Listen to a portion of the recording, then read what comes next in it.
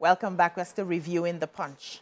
Who else has a story? Yes, the major headline in Punch is a continuation of the story I had taken in The Nation. It's talking about the electricity situation, but reflecting other people in the electricity value chain. So first, the tariff hike in gas would affect Gencos, and this is from the MDPR. However, the DISCOs, despite not having power, not supplying power and having a collective power supply, according to the article from Punch, seem to be declaring profits. So there's a list of all the DISCOs declaring profit. Between 2022 and 2023, Ikeja Electricity declared 31% profit. Eko Disco declared 42% profit. Abuja Disco declared profit as well between 2022 and 2023. Similarly, Ibadan Disco, Yola, all our discos are doing so well. It is the Nigerians that are not making the power. NEC then threatened that they were going to, because customers are kicking against the fact that they are paying estimated billing. NEC said they would pursue a legal way to ensure that the estimated billing stops, and they prosecute discos that are still giving estimated billing to people that do not have power supply, which is a major problem. Where people will say, we didn't get power this month, but because we don't have a meter, we still get a bill, and it will be accumulating. Even if you don't, and if you don't pay it or clear out, you have to like negotiate to clear out a bit of the percentage. So there's a whole lot that we need to do with our power sector. The Nigerian Bureau of Statistics, the National Secretary of the Nigerian Electricity Consumer Advocacy Network in ECET also is saying that they are trying to come together to bring a list of all the cases of estimated billing and getting data together. I'm sure it won't be good for the discos, because it will be like if they can do a class action, but it will be good for Nigerians to push the needle to the point where these people are accountable to the people they are serving, not to their board members, and declaring profits at the detriment of the average of their consumers. Estimated bill subscribers have grown to 5.8 million. He said they no go cash out. Yeah, it's a lot. Because what they simply do is share their own capture. Okay, so I have ex-governor's trial shows EFCC won't spare anyone. Olukoyede. The chairman of the Economic and Financial Crimes Commission, Ola Olukoyede, has pledged to lead a broad-based and holistic anti-graft war that will not spare anyone linked with any form of economic and financial crimes. He said that in the recent arraignment of two former governors was a demonstration that EFCC would treat no one as a sacred cow. EFCC in January arraigned the former governor of Anambra State, Willie Obiano, for alleged theft of the state security votes to the tune of 4 billion naira while he was in the saddle as governor between 2014 and 2022. Similarly, the anti-graft agency on February 24, 2024, arraigned the immediate past Kwara State governor, Ahmed, for alleged 10 billion fraud. The spokesperson for EFCC quoted Olukoyede by saying that they will not spare anyone. They will not spare the mega thieves. That in the last 2 months, they have arraigned two former governors, and that it is not true that just focus on internet fraudsters, because people are saying that EFCC are just focused on internet fraudsters, that this is now, that even though some people are accusing them of arresting, that when they see people, young boys driving Mercedes-Benz or living the flashy lifestyle, popping champagne in the club, they go after them. Yes, they assume that they are fraudsters, but that they are not doing that. They are going after anybody that is involved in any form of financial crime. Yes, a quick story here. The Ogun State Police Command said it had commenced an investigation into a suspected murder incident that occurred in Ijeun Titun area of Abeokuta, South Local Government area of the state. This happened on Sunday, and they said the incident happened at about 8 p.m., and it left one person identified as Olumide Danisa, known as Tescom, that it left him dead. And, you know, a lot of people had said that it was a clash of cultism. They said a confraternity, and this guy was sitting, you know, in front of his vehicle when some people just came down and attacked him, shooting him to death, which led the residents of the area, everybody scampering for safety and also fearing reprisal attacks. But the police has confirmed the story and said that it had nothing to do with cultism. That is just a case of murder, but investigations are ongoing. Let's move on quickly now to the Daily Sun. Major headline, Ondo, APC splits over choice of candidates. Wranglings in party ahead of primaries. Domestic carriers, manufacturers groan as FX scarcity persists. Rivers political crisis, PDP rises against defecting lawmakers. Insist members who joined APC no longer assemblymen. UNILORIN expels 19 students over theft, exam malpractices. Wow. Multiple auto crashes kill 13, injure 2 in Obajana. FRSC boss orders investigation. Insecurity, train passenger volume slumps. Zenith emerges Nigeria's best bank for 4th year.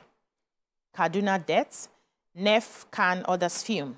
Tell Governor Sani to go after ex-Governor Erufai and other culprits. Easter, POS operators mop up cash at ATMs. What stories do we have in the Sun? Daily Sun, anybody? Okay, so I have the domestic carriers. Said following the CBN's decision to allocate $10,000 to bureau de change operators at a preferential exchange rate of 1,251 per dollar, Airline Operators of Nigeria, that's AON, has requested a dedicated channel to access foreign exchange to meet their operational needs. Why are you laughing? Tokwe has the story. And I was, you know... it's okay, go ahead. So Tokwe, you can finish it, finish it. So, according to the spokesperson for the AON, he said that despite the fact that aviation is a very critical sector, it contributes to the country's GDP and requires significant amounts of forex to cover dollar-based expenses like sourcing spares and maintenance. Nigeria Airlines continue to face difficulty accessing forex to meet their operational needs. He said this difficulty in obtaining readily available forex has forced domestic airlines to source it in the open market despite its unfavorable rates. But I'm saying we don't need this anymore. We just cleared the backlog of forex. There should be a better way of doing things. If we have to compel using local currency so we avoid this, I think we should find a way to do that. But I don't know if that will work for the aviation industry. Also, manufacturers are also bemoaning the scarcity of forex for their business as well. If we can exhaust local sourcing of raw materials, I think we should do that before manufacturers have to resort to importing so that they don't need to spend this dollar that way. So it's so scarce. It depends on what you're manufacturing. It depends on the yeah. If I said if you can, if you cannot, yeah. That option first. Yeah. So let's always look within first. I don't think we should be at this point of looking for forex import raw materials. Okay, so I have UNILORIN expels 19 students over... UNILORIN. UNILORIN expels 19 students over theft, exam malpractice. University of Ilorin, Kwara State, has announced the expulsion and rustication of 19 students, among them 6 final-year students for their alleged involvement in a range of offenses. When things like this happen, I wonder, so do they have to go to another school, start all over again, and this is a public university, so plus strike and everything. Anyways, the institution's Director of Corporate Affairs, Mr. Kunle Akogun, in a statement yesterday, said the approval of expulsion and rustication of affected students by the Vice-Chancellor, Prof. Wahab, was sequel to the recommendations of the Students' Disciplinary Committee as its 220th and 221st meeting. The statement noted that the affected students were penalized for offenses ranging from misconduct, theft, exam malpractice, hostel bed space racketeering. Wow. They did that a lot in my school. And extortion, beating a fellow student, admission racketeering, extortion and assault. Wow. So I just pity the final year students. Like, why would you do that? That is what affects. Because they have to give another between 5 to 7 years to start all over again. Jesus. So why would you do that to yourself?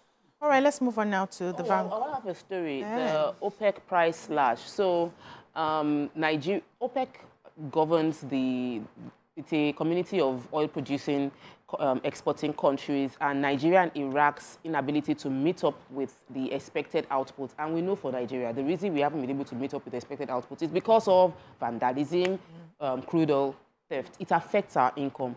There was marginal appreciation of 1.1% in the cost of crude oil at the global market. So instead of selling for $87.92, it's sold for an additional 0.95%. And we're unable to take advantage of that increase because we, as well as Iraq, are unable to export the assigned number that we should be able to. So they even have the capacity to do. While other countries in OPEC are cutting to maintain the price, they are cutting their own supply by themselves. We didn't have to cut because some people are cutting it for us over the high sea, and we're unable to make the revenue that we need to make through the crude oil. I do hope that whatever policy is being done by the security partnership we've signed with Ompolo and those guys is producing the results we want to produce, because we should be able to be at least meet up with our expected. Yeah. So Vanguard, a major headline: banks need 4.7 trillion to scale CBN's new capital hurdle.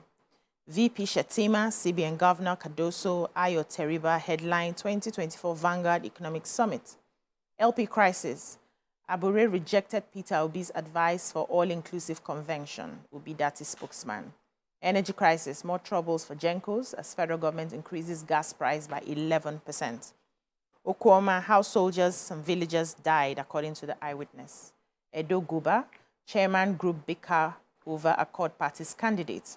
Police confirm robbers robbed set ablaze passengers bus in Ogun.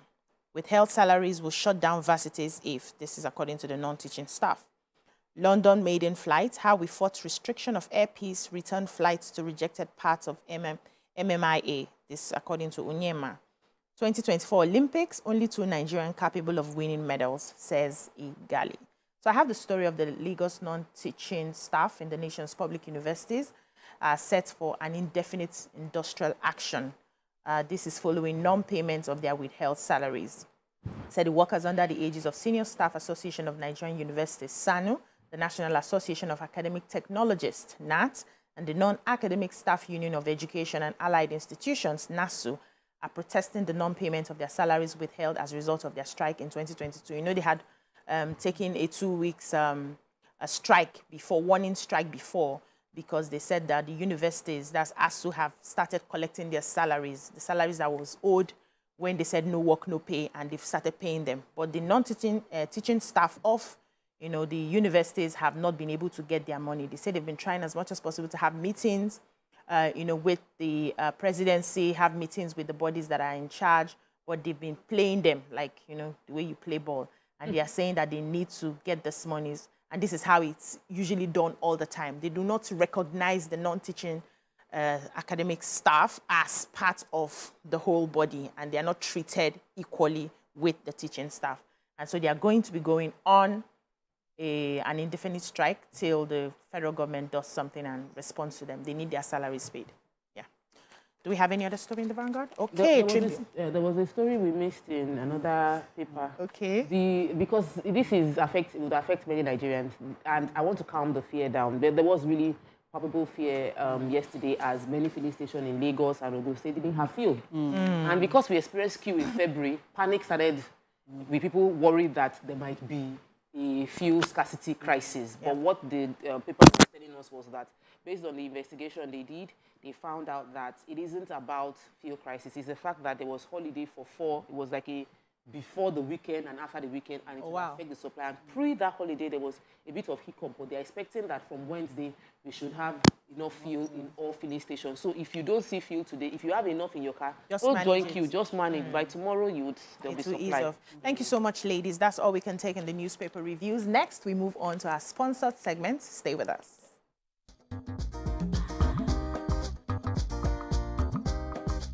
Stay tuned. Your View will be right back.